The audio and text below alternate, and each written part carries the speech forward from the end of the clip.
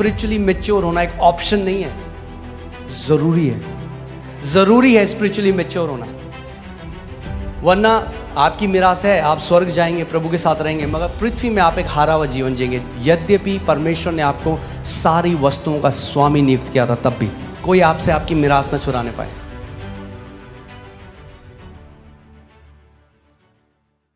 इतना ज़रूरी है जो हम लोगों के मुंह से निकलता है, इस बात को समझना बहुत ज़रूरी है। एक परमेश्वर के दास केनेथी हेगन, वो एक लड़के के लिए प्रार्थना करने गए। वो 37 साल का था, 37 साल का था और कोमा में था। और वो जैसे ही हॉस्पिटल के कमरे में गए, उन्होंने हाथ रखा, प्रभु ने एकदम बोला अपना हाथ हटा ले क्योंकि ये बचेगा नहीं, मर जाएगा। और वो जो विश्वास करते रहे, जो डॉक्टर था उनकी बिल्कुल अगेंस्ट था, क्योंकि वो विश्वास करते रहे चंगाई सबके लिए। उन्होंने कहा प्रभु ये कैसे हो सकता है, मैं हमेशा विश्वास मैंने सिखाया चंगाई सबके लिए। और प्रभु ने उनको बताया कि इस लड़के ने बचपन से बार बार एक गलत अंगीकार किया, और आत्मिक जहां में एक नियम है। तरह अगर मैं आपको समझाऊं सरल भाषा में, तो आत्मिक जहां में एक, समझ लीजिए एक बड़ा सा व्हील है, एक पहिया है, और जब आप किसी बात को लगातार कन्फेस करते हो, वो पहिया घूमने लग जाता है, उसको गति मिल जाती है। और जब उसको गति मिल जाती है, परमेश्वर भी आपकी अथॉरिटी को ओवर पावर नहीं करता। आप समझ रहे हैं मैं क्या कह रहा हूं? और प्रभु ने कहा अगर ये जिंदा होता, अगर ये कोमा के बाहर होता तो ये ठीक हो जाता।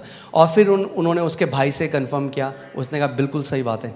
जब ये छोटा था तब से ही कहता था मैं 40 साल तक जिंदा नहीं रहूँगा। पता नहीं क्यों कहता था, हम भी बोलते रहे कि आप, हर बार बोलता रहता था।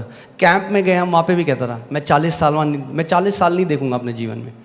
37 में ही डाइड। पिता ने कहा मैंने इसको वापस घर बुला लिया है। वो वापस प्रभु के पास गया, मगर हम हर चीज परमेश्वर पे नहीं डाल सकते। हमारी भी एक रिस्पॉन्सिबिलिटी है पुत्रों की तरह। आप समझ रहे हैं? हमें अपने अधिकार को समझना है, अपनी जिम्मेदारी को समझना जरूरी है कि आपकी एक जिम्मेदारी है। नीति वचन 18:21 में लिखा है, जीव के वश में मृत्यु और जीवन दोनों होते हैं, और जो उसे काम में लाना जानता है वह उसका फल भोगेगा।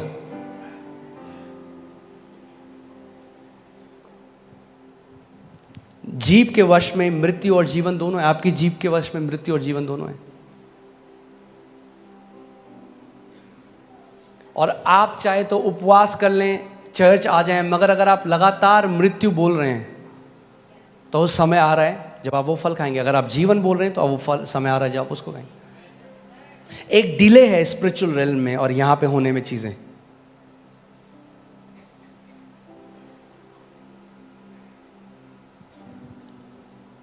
इसीलिए जो डोमिनियन है वो हमारी लाइफस्टाइल होनी चाहिए। एक बारी में नहीं होता। आपने देखा कोई व्यक्ति जिम जाए और एक दिन करे और अगले दिन आप देखो वो नहीं, लगातार लाइफस्टाइल की तरह करना पड़ेगा। वैसे ही अधिकार भी है, आपको लगातार जीवन शैली बनानी पड़ेगी शासन अधिकार की। क्योंकि कई लोग इतना गलत बोलते आए हैं अपने मुंह से बार बार। आपको पता है दुष्ट आत्माएं वेट कर रही हैं कि आपके मुंह से गलत वर्ड निकले और वो उन वचनों को इस्तेमाल करें आपके विरोध में।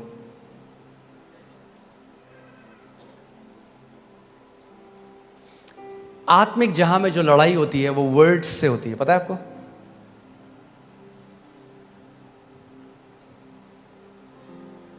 ये जो जादू टोना करने वाले, तांत्रिक मंत्र तंत्र करने वाले क्या करते हैं? क्या बोल रहे हैं? वर्ड्स बोल रहे हैं, कर्स कर रहे हैं, श्राप दे रहे हैं, और उन शब्दों को दुष्ट आत्माएं लेती हैं और जाती हैं काम असाइनमेंट में। वैसे ही जब हम परमेश्वर के वचन को बोलते हैं तो स्वर्गदूत एक्टिवेट हो जाते हैं, उन वचनों को लेते हैं और वो असाइनमेंट में काम पे जाते हैं। मगर अगर आपका मुंह बंद है, यद्यपि जय आपका इनहेरिटेंस है, आपकी मिरास है, आप जय में नहीं जी सकते। कई लोग सेम स्टोरी बोल रहे हैं 40 साल से, उसने मेरे साथ ऐसा किया, और वो जब बोलते रहते हैं, दुष्ट आत्माएं बहुत खुश होती हैं। वाह, बोलता रहे, तेरे को हम दबा के रखेंगे जिंदगी भर। मगर जिस दिन वो परमेश्वर के वचनों को बोलने लग जाएंगे, जिस दिन वो परमेश्वर के पुत्र के अधिकार को समझने लग जाएंगे, वो ट्रांसफॉर्मेशन अपने जीवन में होने देगी। आमीन। आपको पता है कितने मसीह लोगों की बात कर रहा हूं मैं, जो प्रभु के बेटे और बेटियां हैं, वो टाइम से पहले चले गए, प्रभु ने उनको ले गया, उनका मुंह उनको ले गया। क्योंकि परमेश्वर आपकी फ्री विल को ओवरराइड नहीं करेगा। यही तो मैं कह रहा हूं, परमेश्वर को कंट्रोल करना होता तो सबसे पहले आदम और ईव को कंट्रोल कर देता बगीचे में। परमेश्वर आपको कंट्रोल, आप मुंह से जो भी बोलेंगे परमेश्वर कंट्रोल नहीं करेगा, वो आपको लीड करेगा, कंट्रोल नहीं करेगा कभी भी। इसीलिए जितने परमेश्वर की आत्मा के चले। और बताइए भाई साहब कैसे हैं? अरे क्या बताएं, सैलरी 15 तारीख को खत्म हो जाती है। अरे पूछा मैंने, वो क्यों गा रहे हो अपने लैक का गाना सब जगह कि कमी घटी है? अरे बोलो मसीह में मैं आशीषित हूं, देखो क्या होगा। जितना कमी घटी बोलोगे उतना कमी घटी में जियोगे, जितना अबंडेंस बोलोगे उतना अबंडेंस में जियोगे, जितना चंगाई बोलोगे उतना चंगाई में जियोगे, जितना ब्लेसिंग बोलोगे उतना ब्लेसिंग में जियोगे। कई बार लोग इस बात को समझते नहीं, वो कह रहे पास्टर हम प्रार्थना कर रहे हैं, क्यों नहीं आता, क्यों नहीं हमारे साथ होता, हम इतने लैक में। और आप 5 मिनट जब मैं उनकी बात सुनता हूँ ना, तो मैं इतना लैक सुनता हूँ उसमें, इतनी कमी घटी 5 मिनट में वो बोल देते हैं। मैं कहता हूँ क्या होगा घर पे अगर ये कितना बोलते होंगे, कमी घटी। और जो स्वर्गदूत आ भी रहे होंगे ना प्रोविजन लेके। नीति वचन 6:2 देखते हैं। नीति वचन 6:2, तो तू अपने ही मुंह के वचनों से फंसा और अपने ही मुंह की बातों से पकड़ा गया। कैसे फंसे आप?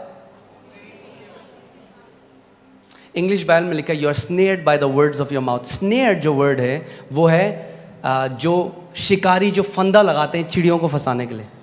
सो प्रभु कह रहा है तूने अपने मुंह से अपने लिए फंदा लगाया और फिर कूद गया उसके अंदर, ये तूने किया है। लोग कहते हैं मैंने कब किया? जब आप बार बार कमी घटी की बात करते हो तो क्या आएगा आपके पास? कमी घटी। मरकुस 11:24 में यीशु ने कहा, he shall have whatever he says, उसको वो मिलेगा जो वो कहता रहता है।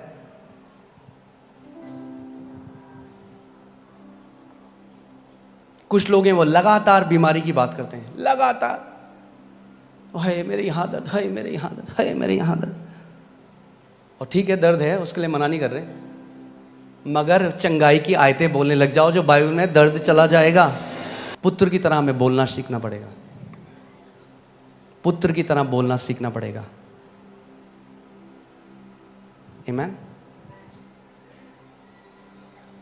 मैं ये नहीं कह रहा कि हम झूठ बोलें। अगर आप लैक में कोई बोले कहना अच्छी करोड़ों पड़े हैं अकाउंट में, मैं ये नहीं कह रहा वो करो, पर मैं कह रहा हूं बार बार मत बोलो एक गाने को, आदत बन जाएगी आपकी बोलना सबको। कई लोग सबको बताते हैं मेरी सैलरी 20 तारीख को खत्म हो जाती है, और होता पता क्या है, फिर लोग आपकी इज्जत करना बंद कर देते हैं। तो कहेंगे फिर बार बार आगे वही बोलता है, क्यों बता रहे हो? पूछ रहे हो आपसे। अपने कमरे में जाओ, वचन खोलो, खुदा को बताओ उसका वचन क्या कहता है। उसका वचन कहता है मुझे रिमाइंड करा, मुझे स्मरण दिला कि मैंने क्या कहा है। आमीन। मैं आपको बता रहा हूं, जो आप कंटिन्यूअली कन्फेस करते हो वो आप खाने लग जाओगे। जो आप लगातार जिसकी घोषणा करते हो वो फल आप खाने लग जाओगे यीशु के नाम में।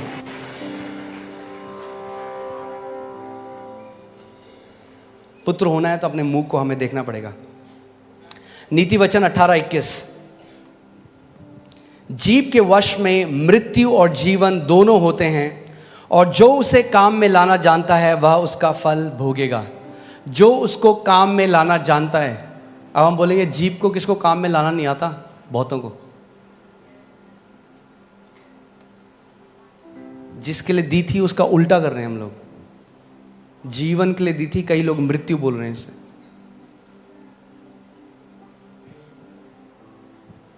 और अपनी जीभ से लोगों ने अपने जीवन, आप जानते हैं अपनी जीभ से आप अपने जीवन को छोटा या अपने जीवन को लंबा कर सकते हैं। अपनी जीभ से आप गरीबी में जी सकते हैं पूरे जीवन, या आप समृद्धि में जी सकते हैं। अपनी जीभ से आप बीमारी में जी सकते हैं या अपनी जीभ से आप चंगाई में जी सकते हैं।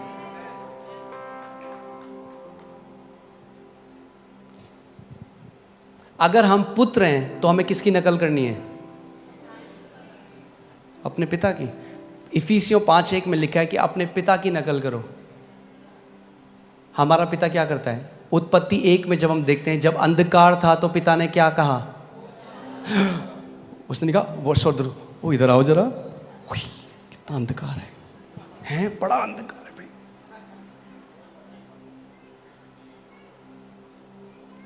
कई लोग स्टेटस लगा लेते हैं,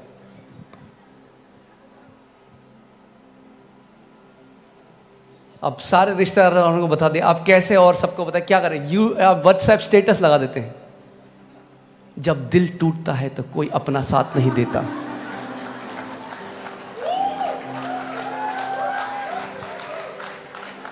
तभी तो नहीं देता साथ, झेल हो गई है लोगों की सुन सुन के आपको।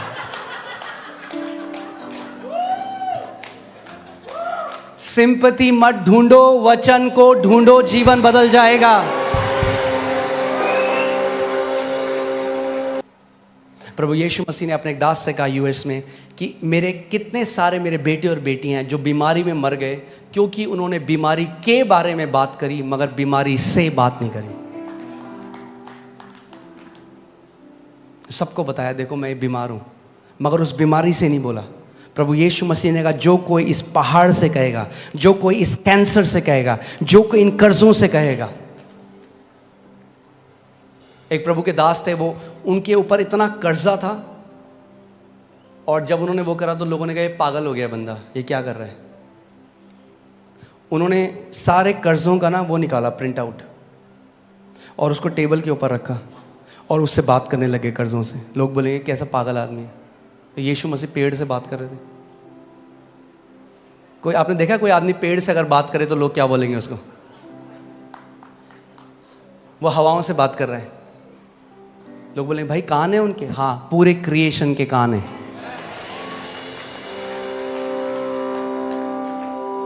और वो कर्जों को बोलने लगे यीशु मसीह के नाम में मैं मत्ती 11:24 में खड़ा होता हूँ, सारे के सारे कर्जे उखड़ और समुद्र में जा पड़। बोलते गए बोलते गए बोलते गए बोलते गए बोलते गए, थोड़े बाद समय आया, सुपरनैचुरली प्रभु ने उनके सारे डेट्स खत्म कर दिए। जो आप लगातार कंटिन्यूअल कन्फेशन, जो आप लगातार घोषणा करते रहते हो, आत्मिक जहां में वो चक्का जिस दिन घूमने लगा आपको चमत्कार मिल जाएगा आपका। Do not give up. हमें लगता है हम जब वो पढ़ते हैं कि औरत ने कहा अगर मैं उसके वस्त्र के छोर को छूंगी तो मैं चंगी हो जाऊंगी। ओके टां टां टां, ये I got heal, thank you Jesus. ऐसा नहीं हुआ। बाइबल बताती है वो बार, मुझे नहीं पता वो कितनी दूर थी यीशु मसीह, हो सकता है हजारों बार उसने बोला आज जब मैं उसके वस्त्र के छोर को छू लूंगी मैं चंगी हो जाऊंगी, आज जब मैं उसके वस्त्र के छोर को छू लूंगी मैं चंगी हो जाऊंगी, आज जब मैं उसके वस्त्र के छोर को छू लूंगी। ऐसे करते करते वो यीशु के पास आई।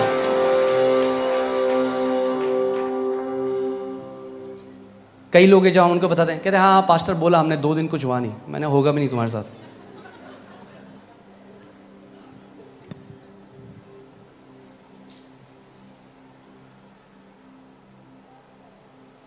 परमेश्वर को जेनेसिस में 10 बार बोलना पड़ा भाई, तुम कह रहे हो 2 बार बोला।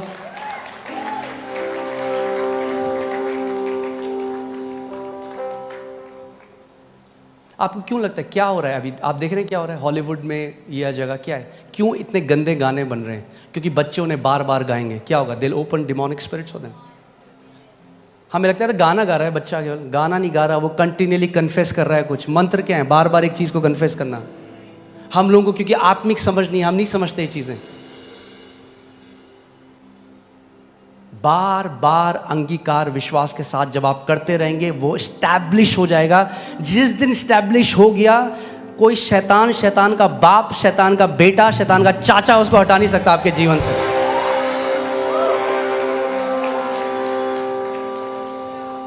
टेक अ स्क्रिप्चर, उसको इतना मनन करो, इतना कन्फेस करो कि वो आपकी लाइफ में स्टैब्लिश हो जाए। जिस दिन स्टैब्लिश हो गया वो आपका और आपकी जनरेशंस का है।